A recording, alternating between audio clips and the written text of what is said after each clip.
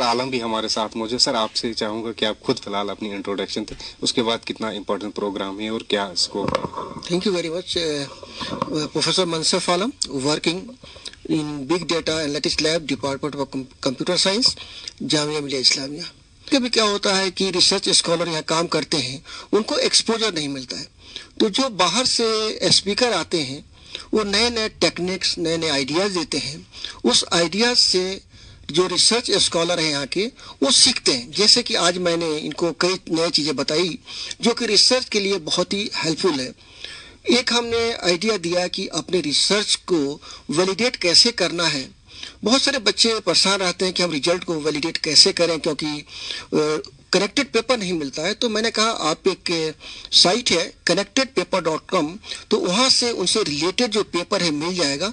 उस पेपर को पढ़कर अपने पेपर को वैलिडेट कर सकते हैं।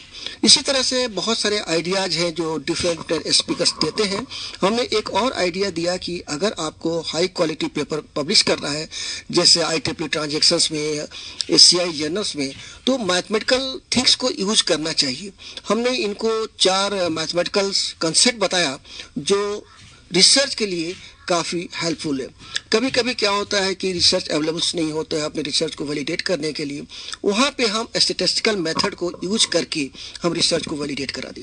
तो मैं कंग्रेचुलेशंस करूँगा जितेंद्र जी का, जो इतने अच्छे प्रोग्राम कराया और बहुत ही अच्छे अच्छे स्पीकर को बुलाए, और उन स्पीकरों ने काफ़ी चीज़ें नॉलेज इम्पार्ट किया स्टूडेंट के बीच में। मैंने स्टूडेंट से इंटरेक्ट भी किया, हमने पूछा कि आप लोग क्या काम कर रहे हैं, उन्होंने अपने अपने प्रॉब्लम्स बताए।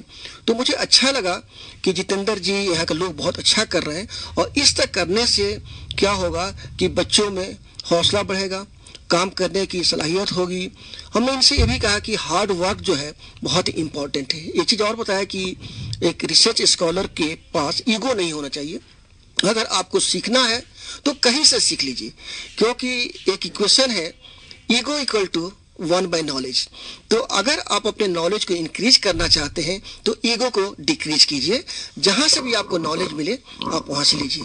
यहाँ के स्टूडेंट बहुत ही अच्छे हैं जो रिसर्च स्कॉलर है, जो इंटरेक्शंस के बाद पता चला कि अच्छे काम कर रहे हैं, और इनमें जो है मोटिवेशन देने की ज़रूरत है, मोटिवेटेड है।